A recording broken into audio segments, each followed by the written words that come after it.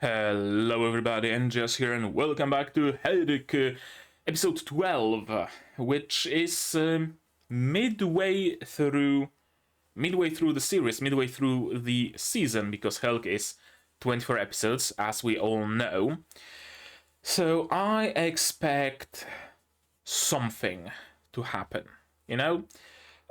Most shows, in my experience at least, have something big happen midway through the season.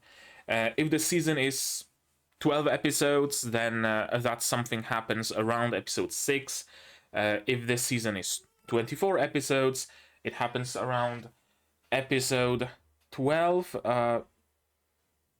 Just a moment, please.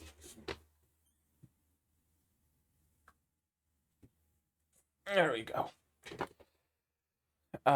She came here to meow, so she needs some attention, apparently. But yeah, I expect something important to happen in today's episode. What is that going to be? I'm not sure, honestly. Also, as a matter of a little bit of housekeeping, I guess, I know that I've been recommended the second core PV. I was told that I should watch it, I should react to it. Sure, you mother. And now your tail is wet, and now I have fucking hair in my tea. Are you serious? Okay. God damn it. But yeah, I was recommended to watch the second core PV, and I said that I might do it, but now I'm wondering, I'm doubting, you could say, if it won't contain any spoilers for the second core. You know how anime, how Japanese, I guess you could say, are about spoilers. Spoiler culture pretty much doesn't exist. So I'm kind of afraid that the second core PV will spoil me a little too much. But I know, you guys tell me. If it's fairly spoiler free, I might still watch it. We are technically still within the first core. But if it is spoiler heavy, then I'm probably going to skip it, honestly. I'd rather, I'd rather see all those undoubtedly cool moments happen as they happen, rather than see in the PV that, oh, Helck is going to punch the Human King in the face, and when I get to that in the show itself, the excitement is kind of gone, because, oh, that's the moment from the PV that happened. Ah, haha, cool. But there's no, shock, no excitement, nothing of that kind. So yeah, let me know. Is it spoiler free? Is it not spoiler free? But yeah, okay, that does it for the housekeeping, I guess. And now you no longer want to be on the window, so okay, you go where you need to go. Right. Previous episode, episode 11. Pretty much one thing happened, and that was the fight with Augis. And okay, quantitatively, one thing happened, because the fight with Augis. But the important thing that happened is Helck going sicko mode.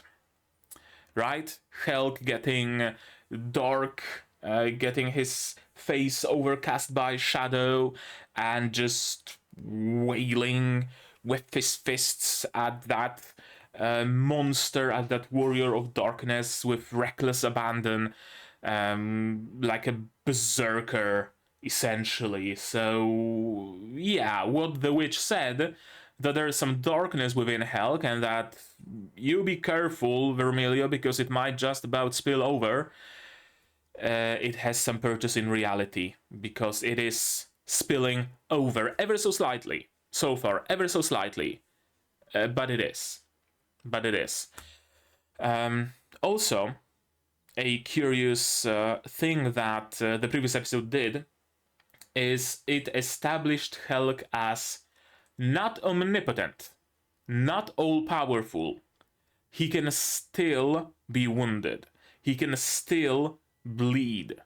He's extremely powerful, but he's not immortal, and he's not One Punch Man, he's not Saitama.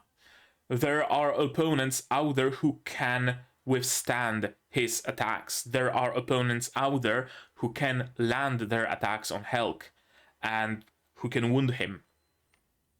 So suddenly the stakes are a little bit higher. Because if someone like that appeared in episode 11, who's gonna appear by episode 24? Who is Helck still to face against? Because we know that enemies in anime get progressively stronger as the anime continues, so... right? Now, of course, at the end, Augis said that Helck has a weapon that he shouldn't have. Something along those lines. I'm still yet unsure if he means Helck's broken sword. If that broken sword is somehow very significant, very powerful, because there is also a reason, there has to be a reason why, what's the name of that angel, the one that has the second half of the sword, I don't know, she's Kless? I think it's Kless, maybe, I'm not sure, but yeah, she is... she still has that half of the sword. If it was just everyday regular sword, she could just toss it and get a new one. So it has to be special somehow.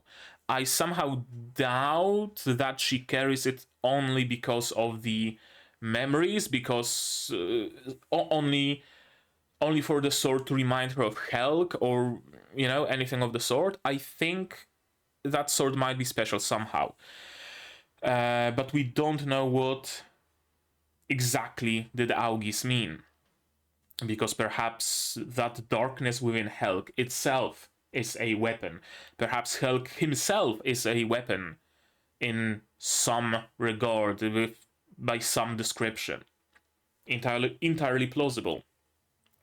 But now Helck has a new weapon from Augis, cursed, but that curse shouldn't be anything that Helck cannot overcome. So I wonder what exactly is that curse. As far as the benefits of that weapon go, I think it can regenerate, just like Augis could. What else happened in the previous episode? What else was significant? Right, another significant thing that was established is that there is magic and there is magic in the world. There is magic as in casting fireballs and blade of wind, water stream, stuff like that.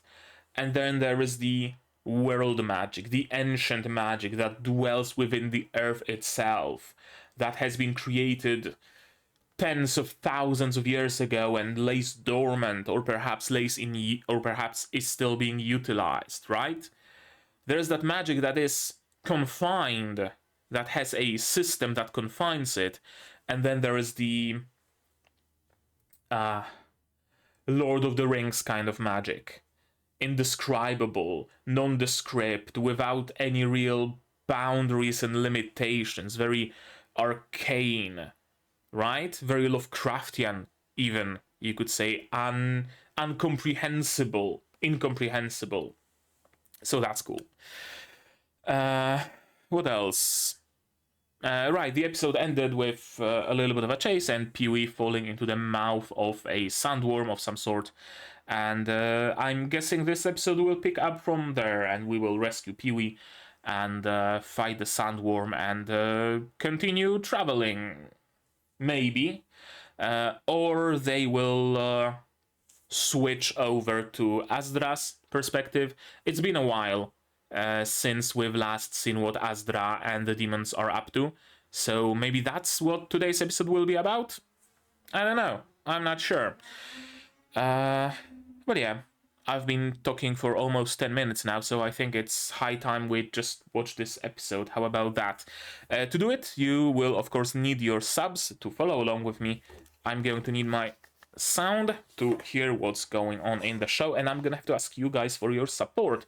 Support the channel if you want monetarily on Patreon or YouTube, linked down below, or not. Share my content, spread the word, costs you nothing, helps a lot.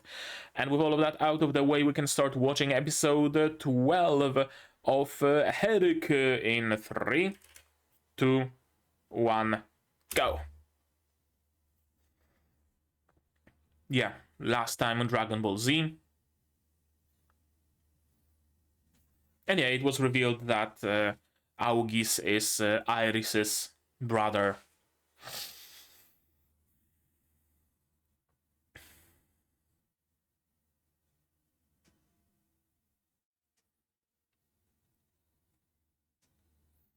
I should probably, when watching Helck, I should probably leave myself something to talk about for the recap and the opening. Because now I have to just sit there and not say anything. I mean, I don't know. Maybe with some newfound knowledge, I can notice something more in the opening. I'm not sure.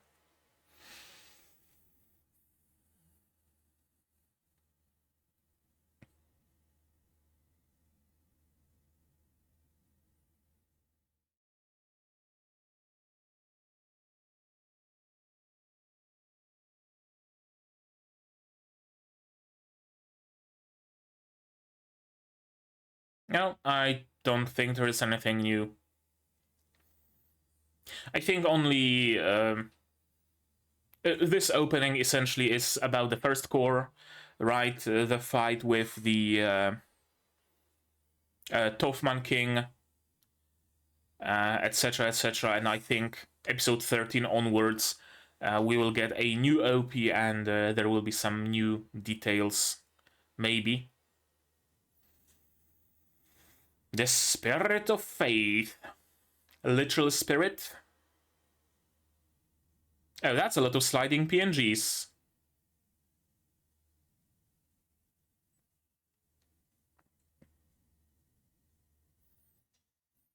Okay, so a clash with human heroes.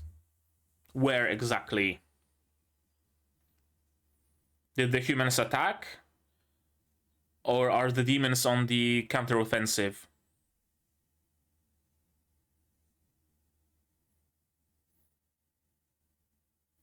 Okay, so we are defending Castle Urum again. Gotcha.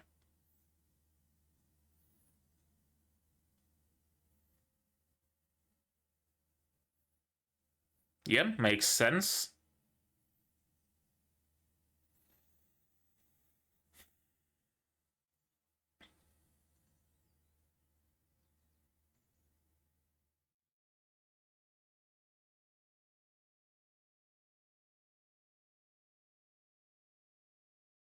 Are those their army uniforms? Those blue coats? You got her clothes. Okay, so they are learning very, very slowly. It's like the what's that, like, thought experiment? A snail or a slug that very, very slowly chases you, and when it touches you, you're dead. Basically, right?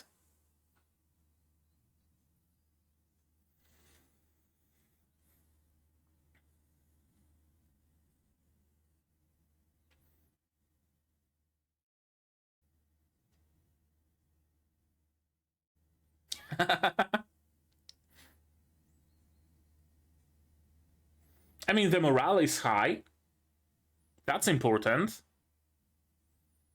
And again, the humans are growing stronger, but it seems like they are really taking their time.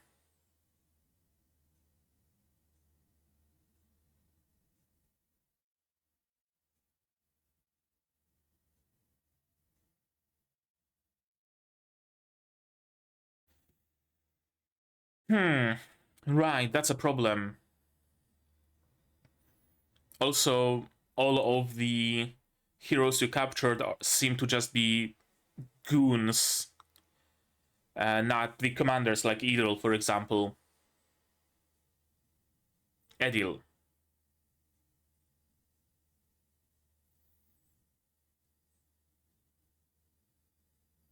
Okay, so they are progressing quickly after all. Okay. Seems like I was mistaken.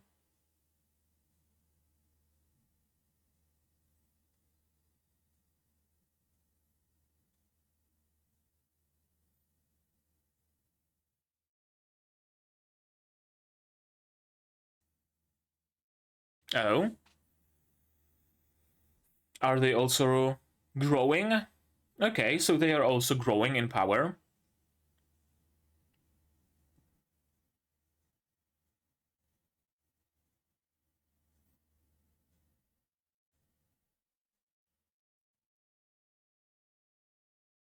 Yeah, I mean, humans are not the only ones who can learn, after all.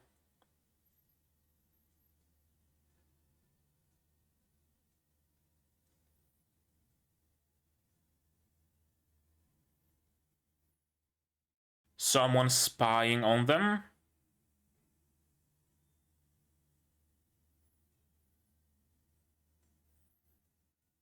A ritual to Vermilio? Having some tea with Vermilio's Dakimakura or something?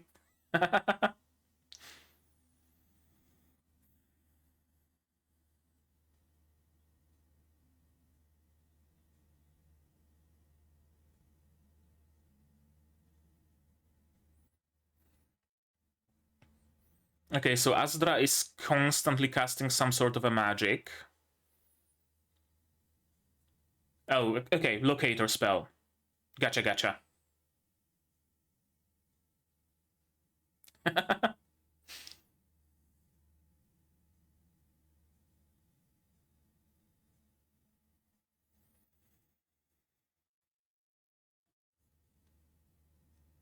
Yeah. Okay, so it kind of works like the Ouija board.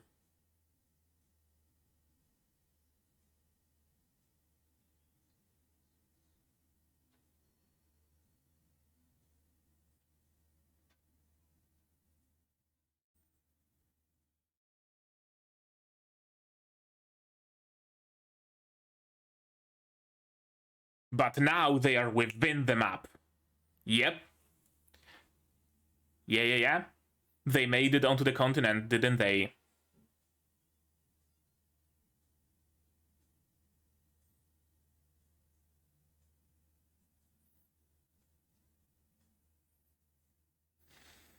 And now, even Asdra's morale has been increased.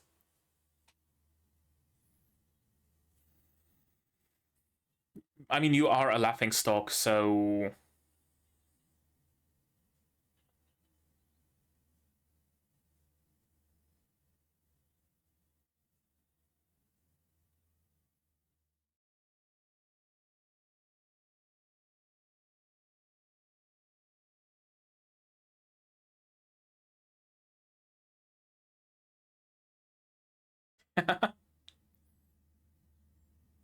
I like me a woman who can just straight up kill me.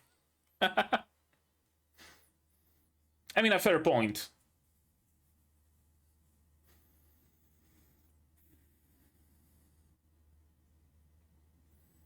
Your goal is to grow stronger, I assume.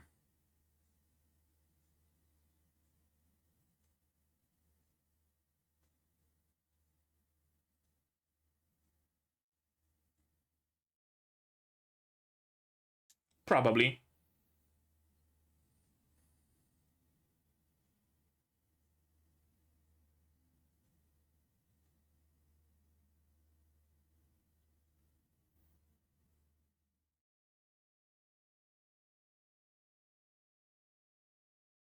You better not get yourself noticed. I was about to say, yeah.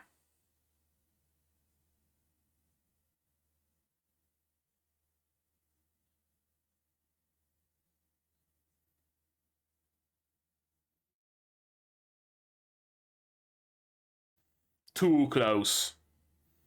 Too close for comfort.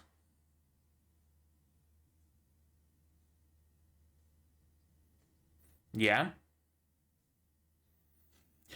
Right, because they weren't able to notice her before, and now... A little bit. But still, more than nothing.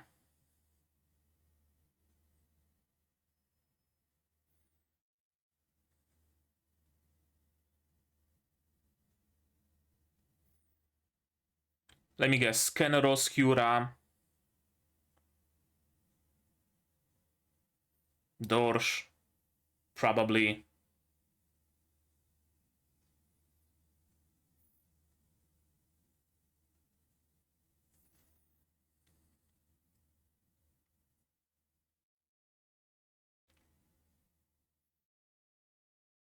I mean, yeah, assuming they also go in a straight line.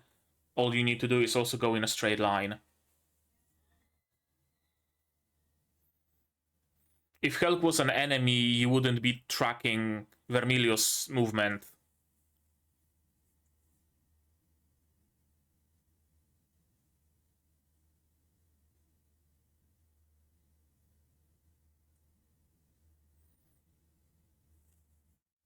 Exactly.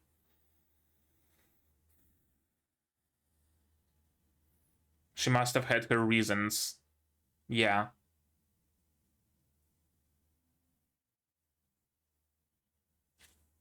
Yeah. Either way, you're good.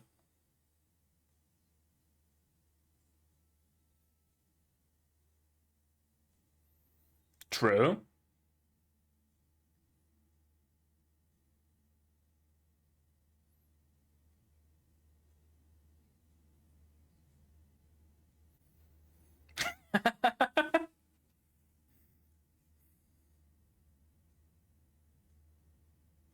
Oh?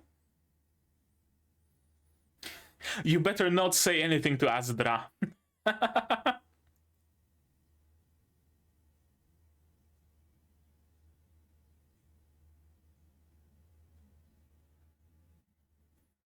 Sure.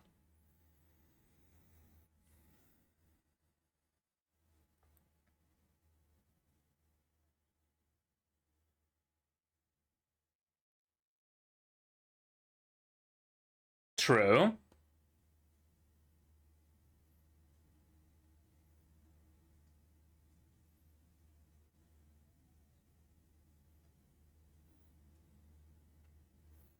Whomst.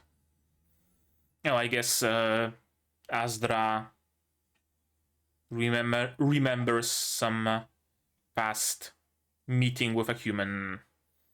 And we are back to Helck. Okay.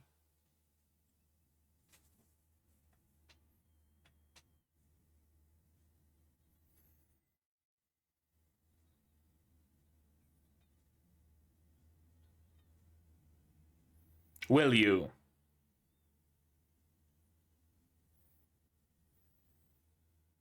I mean, that probably hurt and chased it off. Wasn't enough to kill, though.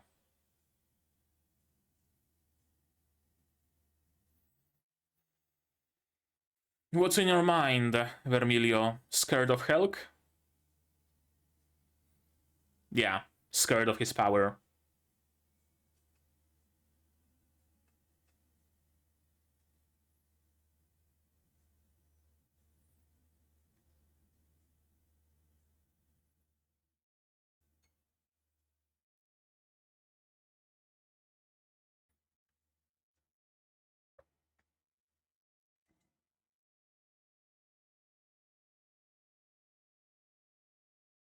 I mean, yeah, it's like, I know, your family dog having a moment and jumping at your throat. You will not look at that dog the same ever again.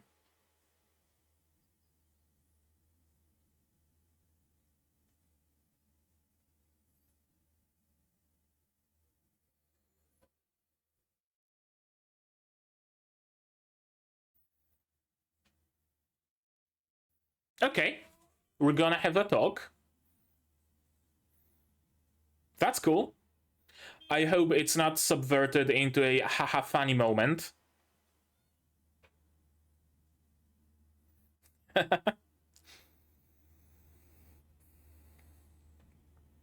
The key to making good hot cocoa and to making a good coffee is a pinch, literally a few grains of salt. Trust me on that. Oh. Okay, so we learned the history of it.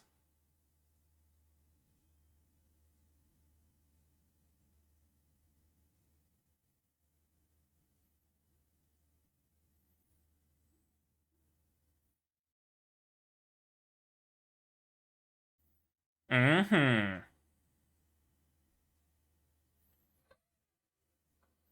Maybe, maybe not. Oh, he is aware of his own, you know, issues. He is aware that he can go berserk at any time.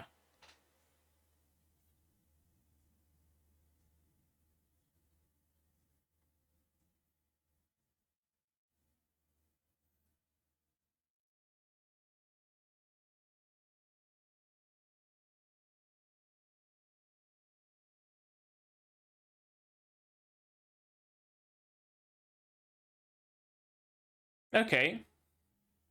A big trust from Helck, and also a big trust from Vermilio.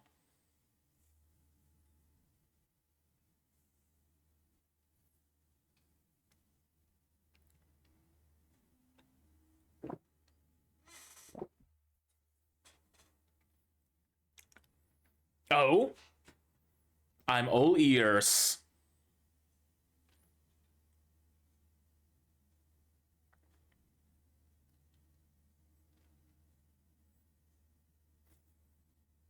There is an after credits scene because it's only been 16 minutes.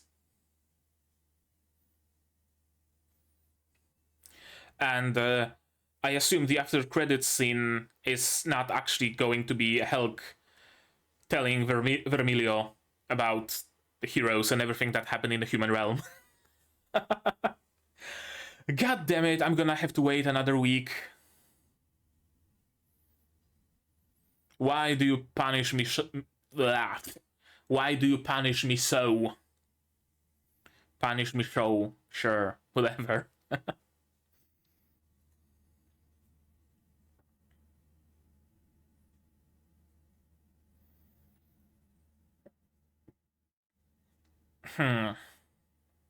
So yeah, the sword is important, is powerful, and it's probably what Augis meant when he said that, oh, you shouldn't have this weapon on you.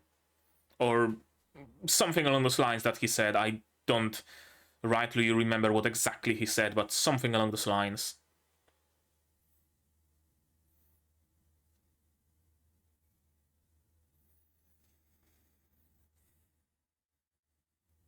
And yeah, it also explains why.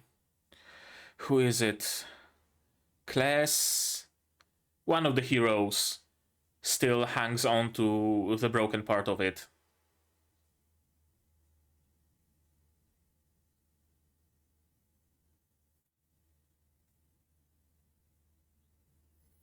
Oh yeah, beautiful desert. And that's the narrator.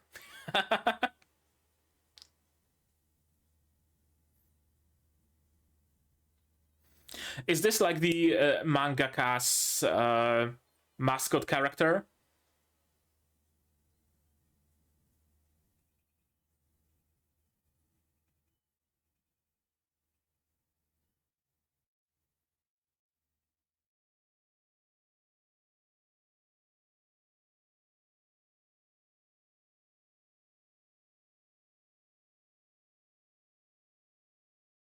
Fancy some ice cream, Helck?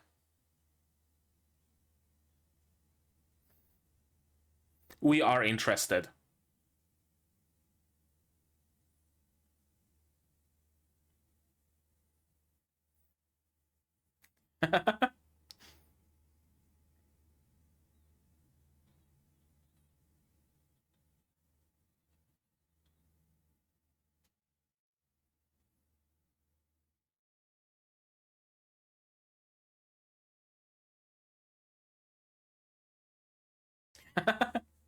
Okay, so it is good after all.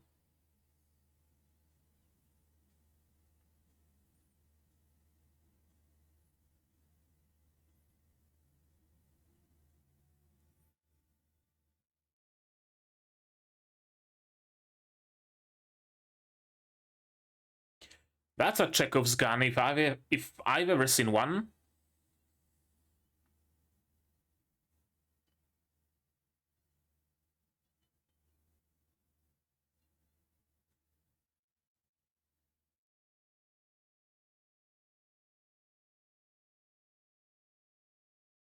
The rabbit ears.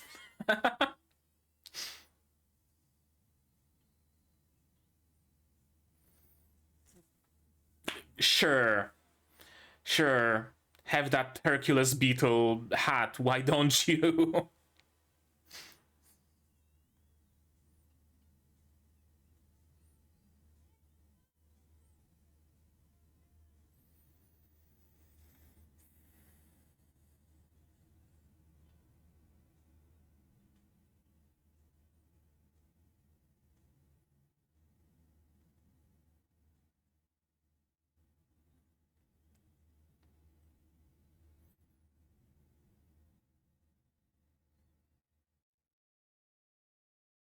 Are we gonna need to earn some more cash? Okay, maybe not. I mean, Helck can carry their luggage after all.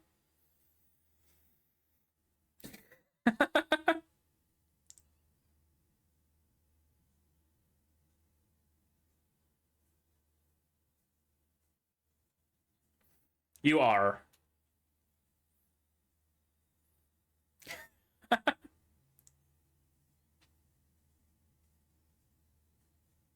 That's a nice choreography.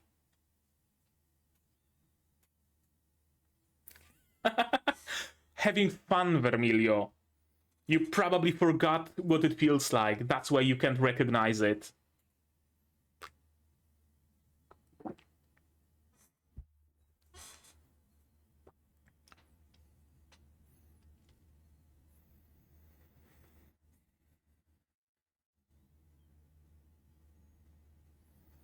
Yeah, I was about to say.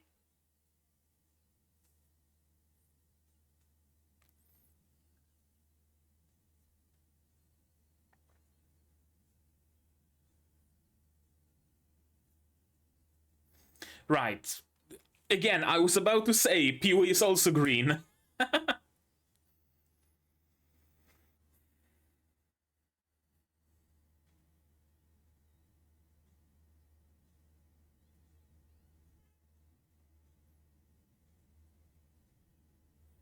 He's a plushie, essentially. That's why. Oh, that's young Helck, isn't it? Or Helck's brother.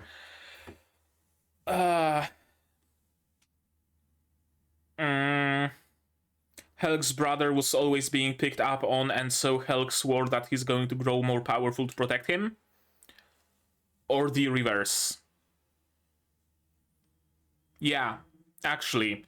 Perhaps we can assume that being a hero is not something natural, not something you like awaken within you, but rather Helck's brother saw that Helck is being picked up on, and so he volunteered for some human experiments to be turned into a hero. Something thereabouts. And then Helck saw, oh no, brother of mine, you became a hero for my sake. Well, I'm gonna become a hero as well. Kinda reminiscent of Punishing Grey Raven, Lucia and Luna.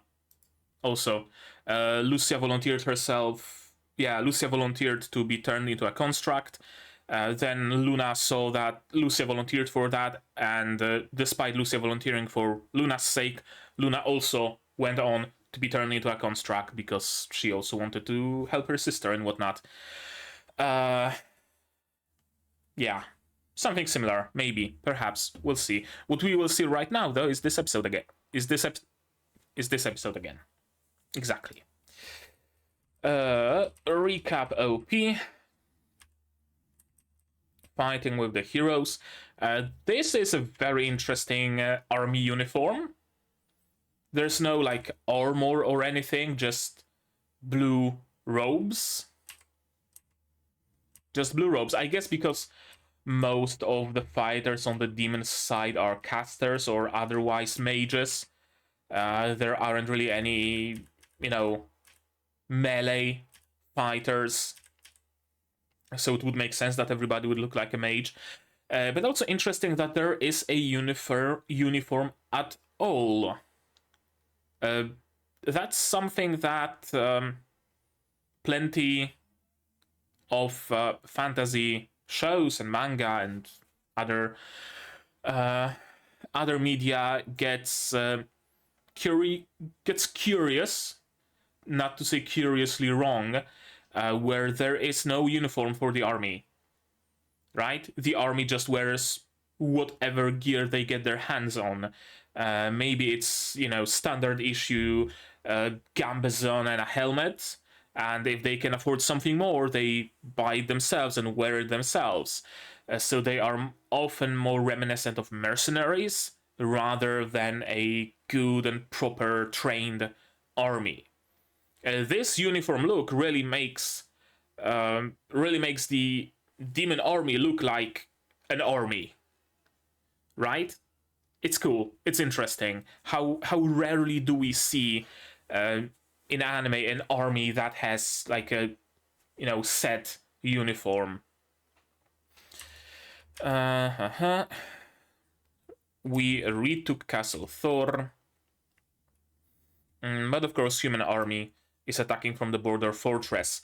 Delete that border fortress, and they will have a much longer way to get to you. So that is probably the next step in what you should do. Do it now while you are still more powerful than the heroes, while you are still significantly more powerful. Because I don't think the demon army, if they were able to retake Castle Thor, I really don't think they would have any issues capturing the border fortress in the Land of Humans. I really don't think they would have any issues right now. Because as the humans go stronger, they might still have enough power, the demons might still have enough power to reach a stalemate or be able to defend themselves without much of an issue, but the difference in power levels will no longer be enough to ruffle stomp their fortress easily. Prospective demon lords are taking part in it.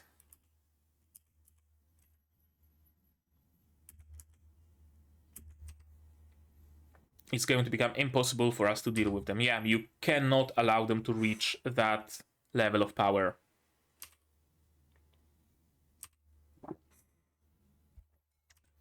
And the morale is very high. I mean, everybody's going to grab some food, and it's only Loop, something is his name, that stands fighting, and seemingly he is enough to stop the human assault, and everybody else was there just to, have fun and shoot some magic at live targets. And all it really needs is just one high-ranking demon, really. They have taken steps to avoid letting themselves be captured alive. Yeah, we know that. This is actually interesting. I was wondering, why are they capturing those winged knights, those heroes? Do they hope to get some intel out of them? But if so, then you are not going to get any intel of a mindless grunt, essentially. So why? But it is legit the only way to permanently weaken the human army.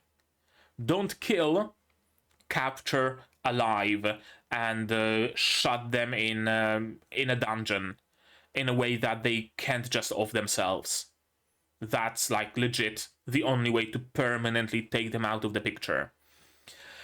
And they should really be focusing on taking the conscious, the sentient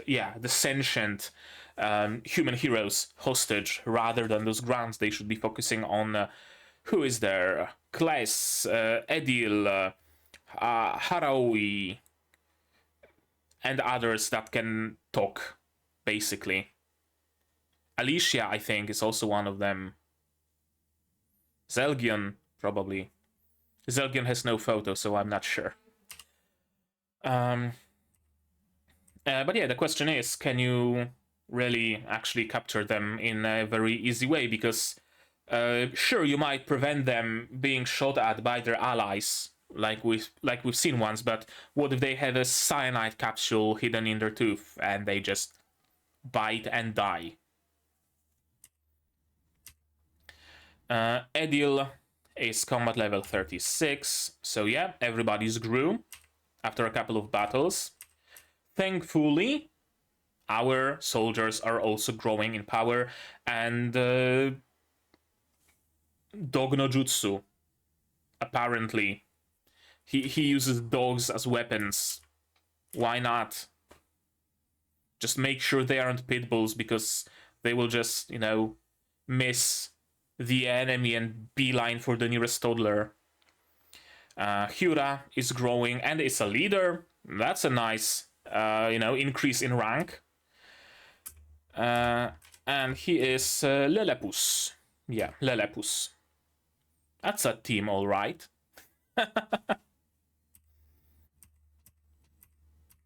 Locator spell.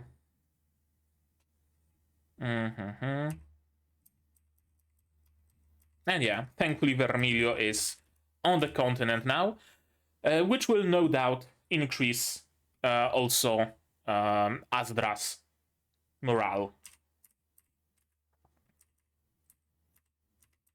And it seems like the heroes are still very much butthurt that they are getting their asses handed over to them by the demons, which it's interesting, you know? It's interesting how they are this incredibly butthurt over it. It's like they don't realize that they aren't strong, kinda, and they see it as something unfair that they are losing. You know, the way I see it, they were promised to, you know, take part in this program of creating heroes, and you will become the strongest of humanity. You will go over there to the demon realm and purge the unclean. You will become the heroes, the all-powerful hand of the human king, etc., etc. That was their pitch, and it turns out that they go there to fight the demons. The demons fart and touch them with their pinky, and they just kill over. And it's not what they were promised. That's something around what I get from here. There was some false advertising, and I mean, we already know that there is some propaganda machine at work for humans to even consider demons an enemy. We know that there was a period of peace where those two nations would coexist. So there is a huge propaganda machine at work to change that mindset of the entire, or at least the majority of humanity. And so it stands to reason that they would also be brainwashed into believing that they are the strongest and best and undefeatable and whatnot. Now, sure, if there is someone who is a little bit more reasonable, they know that we are immortal and we grow. And also, our current goal has nothing to do with actually winning. I wonder.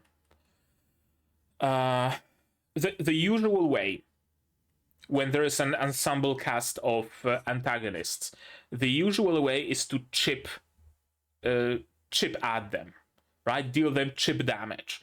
Take one of them out of the picture, take the other one out of the picture, take the other one out of the picture, until there's like 2 or 3 of them left. Then you have that big battle with their leader, with the king, and take care of all 3 of them in one fell swoop, and then you kill the king.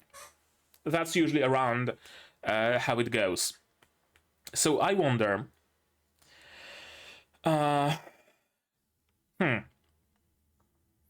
Okay, so how do I put it? My prediction is that either Harrow will be the first one to fall because he's way too hot-headed. He will rush into demon ambush or something and get caught in a magical net or whatever kind of, MacGuffin, and will get captured and taken out of the picture. It would be, in under different circumstances, he would be the first one to die, but they can't die, so he will be the first one to be captured, probably. Or I wonder if we can expect turncoats, right? I wonder if we can expect turncoats. We know that Edil has some history with Helck. We see that Alicia? I'm not sure. There's no character with a helmet on the list of characters, but Alicia has like a tall collar, so kind of like armor. Could also be class. This woman seems the most reasonable of them all. So perhaps if told the truth about how things work, she could, put 2 and 2 together and see that, hey, our king is kind of, something doesn't check out here. You might be right. I'm gonna tentatively believe you and try to dig into the core of what's actually going on. Right? Maybe. Actually, let me note it down just in case. I wonder if we can expect turncoats. I wonder how deep does the magic go, because the magic might very well just straight up prevent them from going against the human king. Right?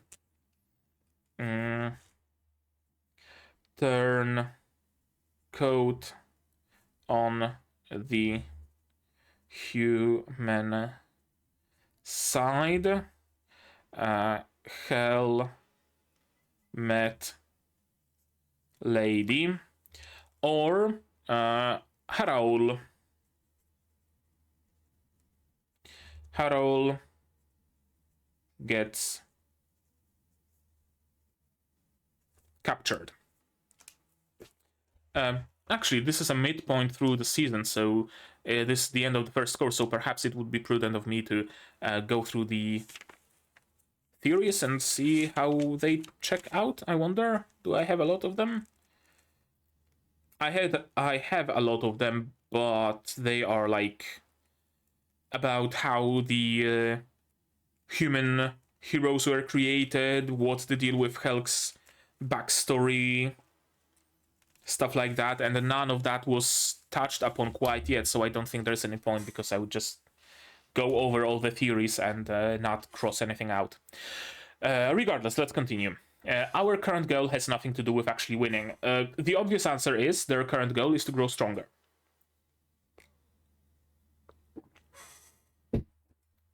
I somehow doubt that the obvious answer in Helck is the answer.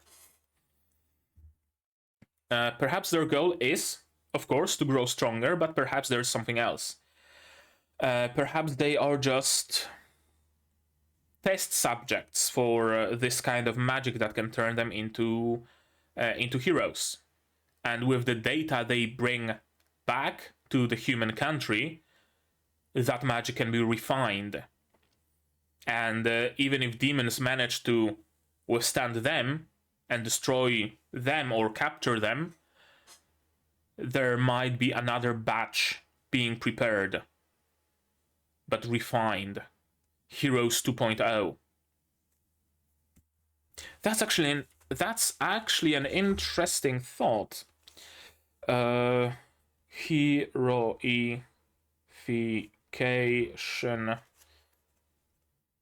process is being refined thanks to data brought by angels. Expect angels 2.0. That could be what they are doing, or something completely else. Winning isn't their goal, yeah. And they were actually able to notice. What's her face? Asta. Yeah, Asta. They were able to notice Asta, so they're growing, they're getting better, because last time nobody was able to notice her. Although, even now, they aren't that powerful still, because Asta was able to evade them still, just completely vanish, disappear, and get out of sight. So they are getting stronger, but not as strong as the demons quite yet. Vermilio knows which direction the Empire is. Yeah. We are sending a search party. I wonder who. It's either going to be 3 complete randos, or it's going to be the usual trio of Hura, Kenros, and Dorsch. We'll see about it.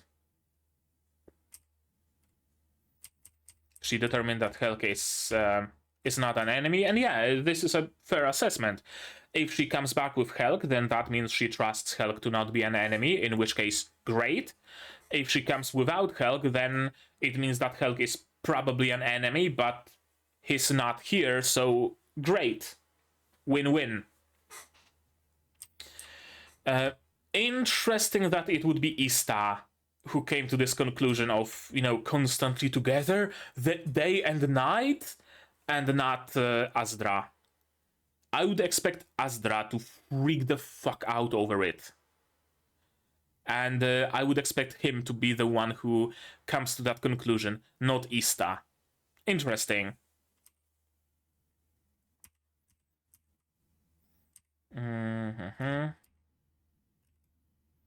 Humans are just the same. Yeah, if things hadn't taken such an awful turn.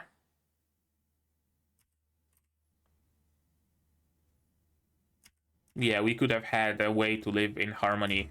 As seemingly Asdra already had the pleasure of... I'm looking at the sword, and the handle is wrapped in cloth. Is it the hero killing sword?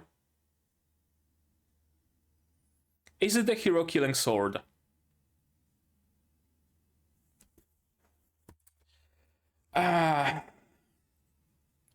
Asdra's friend from the past had a hero killing sword, and, hear me out, is related to Helck.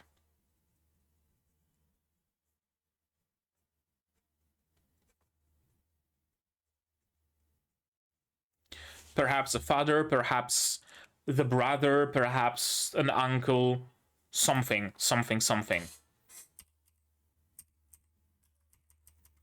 And yeah, Vermilio is afraid. Not so much afraid that she will become the target for Helck, that Helck in his blind rage will attack her, but rather afraid of just, witnessing it. Just afraid of the sheer fact. I think.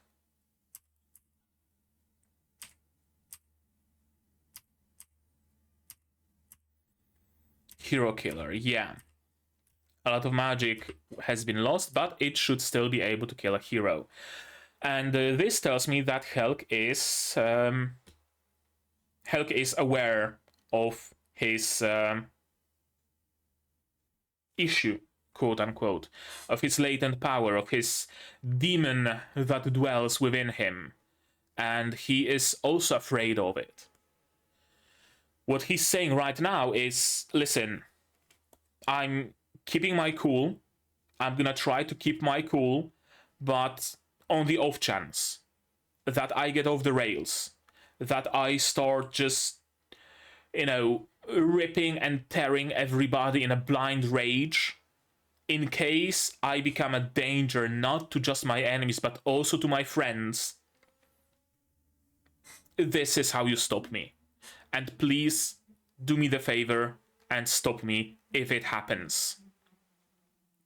This is a lot of trust that Helck is putting in Vermilio. A metric fuck ton of trust. And also, a metric fuck ton of trust that Vermilio is putting in Helck. Right? First of all, she comes clean. This is important. But she later also says, yeah, I trust you. Don't give me a weapon like that. I'm not... she's not saying, I'm not going to stop you. I don't want to kill my friend. She's saying, I trust you to not get to that point. I trust you that I will not need this weapon. Huge amount of trust on both sides. And I initially was really had mixed feelings about this whole journey arc. I said so much when they landed on the island at first, right? Why are we suddenly breaking out of the main story and just going for some random adventure? There's a war going on. We need to protect the demon realm against the humans. There's the main plotline going on. Why are we diverging?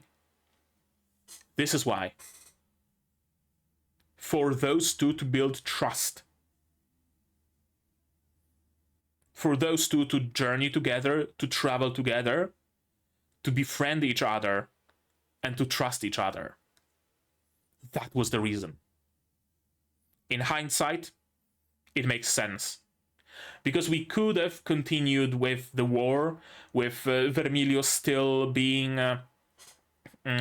still not trusting Helck fully, and we could have plenty of comedic moments because of that, and we could have plenty of misunderstandings because of that, etc, etc, etc. But this show aims to be more than just a comedy. And we can't just have the one single trick of, haha, Vermilio didn't trust Helck, so she put some challenge in front of him and he fulfilled that challenge, but such a good bitch, she still doesn't trust him. Right? We are going past that, thanks to the journey they had together. Makes perfect sense. I was convinced you were a spy. Does she come clean about her real name and whatnot? No, she doesn't. I had doubts about you. I was convinced you were a spy. That you had come to wage war by yourself. Yeah. But I don't feel that way anymore. I firmly believe you're not against us. I finally trust you.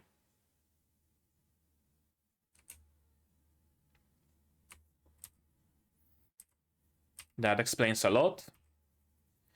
Yeah, but even so, this is something I want to do. I want you to do for me.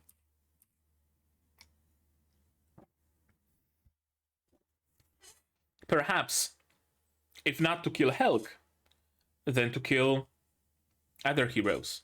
Maybe Helck doesn't have it within him to kill his friends. I wonder if that's the thing. Right? Like, he is willing to punch Edil in the face. He is willing to even kill Edil, assuming Edil can still resurrect. But if push comes to shove, if the Human King gets defeated and the heroes can no longer resurrect, will Helck have it within him to end the lives of his former friends? Or is he moving that responsibility onto Vermilio, for whom his former friends are nothing but enemies, so Vermilio will have no trouble dispatching of them? I wonder if that's what he's doing here.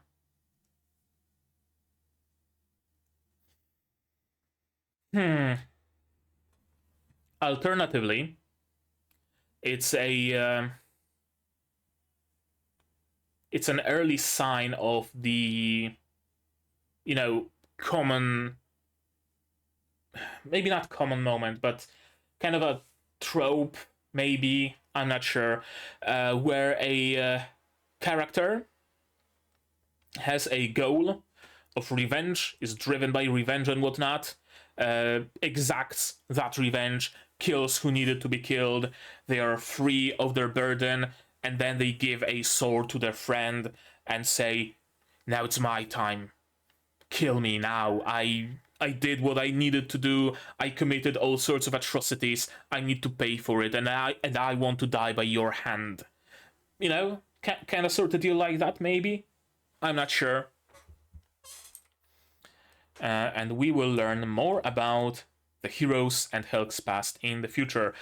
So episode 13 will probably be where I get to go over all the theories and see how wrong or how right I was. Edie. Pee-wee's Glorious Travel Journal. I wonder if it's going to be a something that happens with every episode now. God, I hope not. Sometimes a show would have an after credits bit about something like I know, Amaburi after credits had the bit of going through the attractions and explaining what they are and whatnot, right? For example, something like that. I hope Pee-wee's Glorious Travel Journal does not become a mainstay. It's a nice one-off bit. It's essentially a filler. Honestly, this is essentially a filler. They did what they needed to do for the episode. They are not going to start telling the backstory. They want a whole episode for just that. So what are they gonna do with the time that is left? Well, we're just gonna get some fluff. And that's it.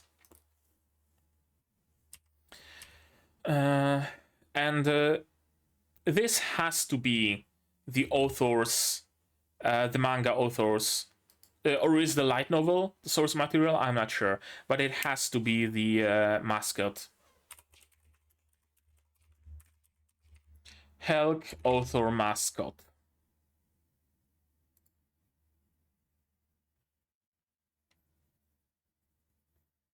Or maybe the author doesn't have a mascot.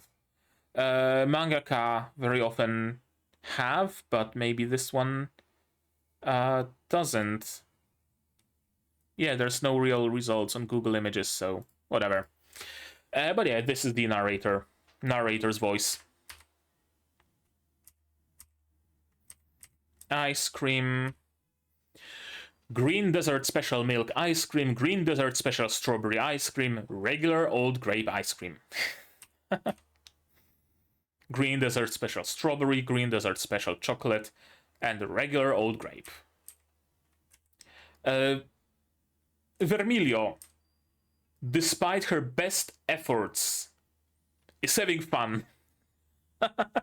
That's how you can sum up this segment.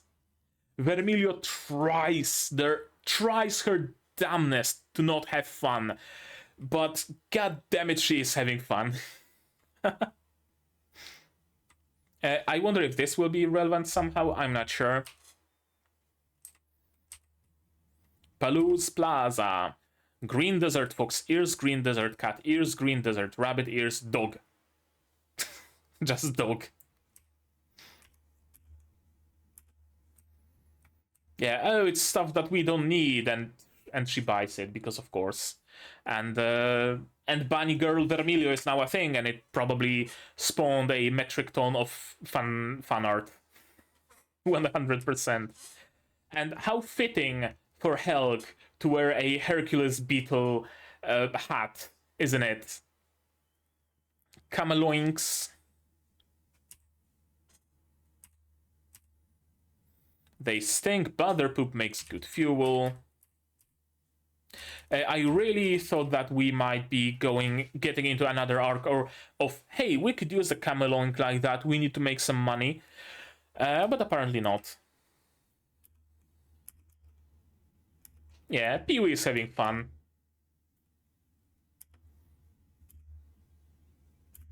I will never get used to the voices some of those creatures have. This voice so doesn't fit this character. But at the same time, it so does. It's crazy. It's crazy. And yeah, Vermilio is also having fun.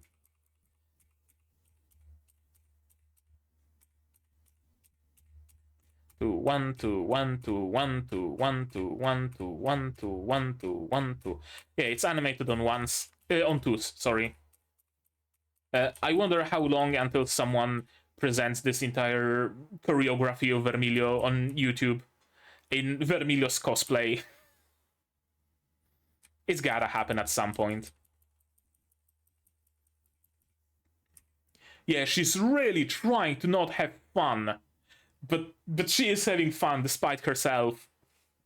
I was wondering for a moment if there's something perhaps sinister going on, you know, something that compels everybody who comes to this city to lose themselves in the pleasures that this city offers, essentially, right? And maybe make the visitors not want to live, makes the visitors want to stay here and dance their lives away, something of the sort. But no, I think this is simply just people having fun and Vermilio having fun with them. Amazing face, by the way. Great, I mean, shit. I wish discounts like that actually existed. This is a discount of how many percent? Let me calculate that real quick. Oh, right, I forgot that my numeric keyboard also controls OBS. 100 by 5,000. That's a 98% discount. God damn. There. This is the correct view. 98%. Holy shit. And Annie throwing her fits. She must enjoy it. I mean, that's how she shows enjoyment after all. That's how she just is. Simple as that. She's carefree enough to have a fit every now and then, so that means she's having fun. She's feeling safe and secure and whatnot. And yeah, the next episode is about Helck and his brother, how they arrived at hero food and whatnot, probably. Ugh. All right.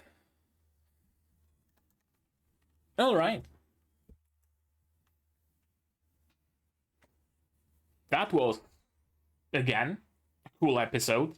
I mean, there hasn't been a bad episode of Helck. There really hasn't been a bad episode of Helck. What did this episode do, actually, though?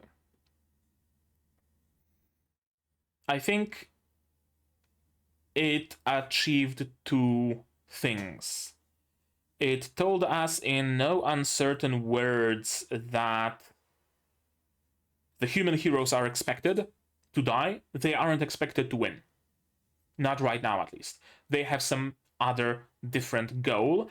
And because of what Asta said, we are left doubting if the goal really is just growing stronger, or is there something even more to that? And if there is a doubt like that placed, it's probably for a reason, so there probably is something even more to that than just growing stronger. That would be my belief. The second thing it did is it established just how much Helck trusts Vermilio and Vermilio trusts Helck. It established a huge amount of mutual trust between them. Like, we knew that Vermilio trusts Helck to some degree. She grew a little bit distrustful after he went sicko mode. Sure, perfectly reasonable reaction. But we now know that despite that, she still trusts him a lot. But most importantly, what it did is it gave us a little bit of insight into Helck. Helck so far has been a very opaque character. We really didn't know much about Helck. We still don't know much about him, really. But this episode showed us that Helck also trusts Vermilio. That it's not just one-sided trust, but that Helck is also genuine in his interactions with Vermilio, and that he also is her friend, and he sees her as his friend, and he trusts her as well, despite Vermilio coming clean, or perhaps because of Vermilio coming clean, or maybe it didn't really have any meaning, it didn't really matter to Helck, but after her telling him that, hey, I was distrustful of you, after her coming clean, he still trusts her. Perhaps more than before, perhaps the same amount. I'm not sure, but there's mutual trust, is my point. We now know that, we now have some insight into Helck's head, we know there's mutual trust. And I think the biggest... I think the biggest purpose of this episode, I wonder if this is the end of a volume of the light novel or manga or whatever. I wonder if that's where a volume ends. Because it's a huge, huge cliffhanger to have Helck say, hey, I'm gonna tell you all about myself, and I'm gonna tell you all about the heroes, and I'm gonna tell you all about what's happening in the human country. That's what we have all been waiting for. That's what I have been waiting for. That's what I'm so excited about. And they're ending the episode here. In case of the anime, it's not that bad because the next episode is next week, so I don't have to wait that long for it. But if it actually happened at the end of the volume of the manga or light novel, oh boy, that's a cliffhanger and a half, all right. That's a cliffhanger and a half. So yeah, that's gonna be interesting.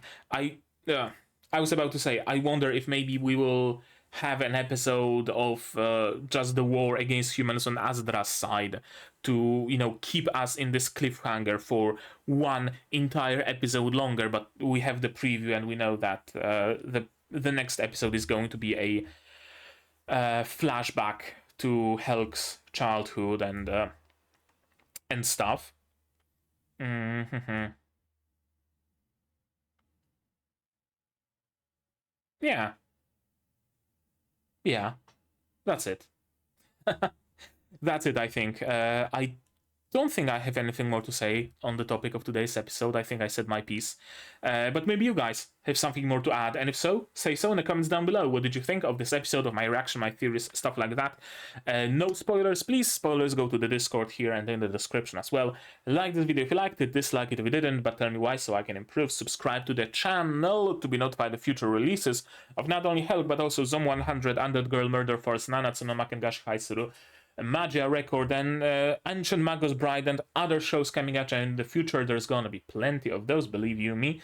And click the bell icon to be notified when I go live, because I also stream sometimes. Support the channel if you want monetarily on Patreon, linked it down below, where for $10 a month you get early access to non-seasonal shows like Magia Record, and for just $1 you get a role on the Discord and a place in the credits. You can also support me monetarily on YouTube itself via memberships, super thanks, stuff like that. And if you don't want to spend any money whatsoever, share my content, spread the word. It costs you absolutely nothing and helps the channel a lot. Like 5% of traffic to my channel came from Reddit during the last 3 months. We went through it during the seasonal stream, so you might want to check that stream to get like actual proper data of my channel.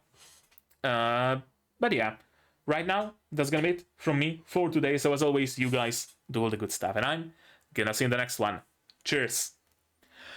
And here's the list of my wonderful patrons: QB Without the Net, The Corporal Survivor, Zetran, Zay, Rainer, Akumancer, Marsh, Fassel, David, Dr. Watt, UK Lion, Hans, Peter, and you can join them without having to break a sword in half.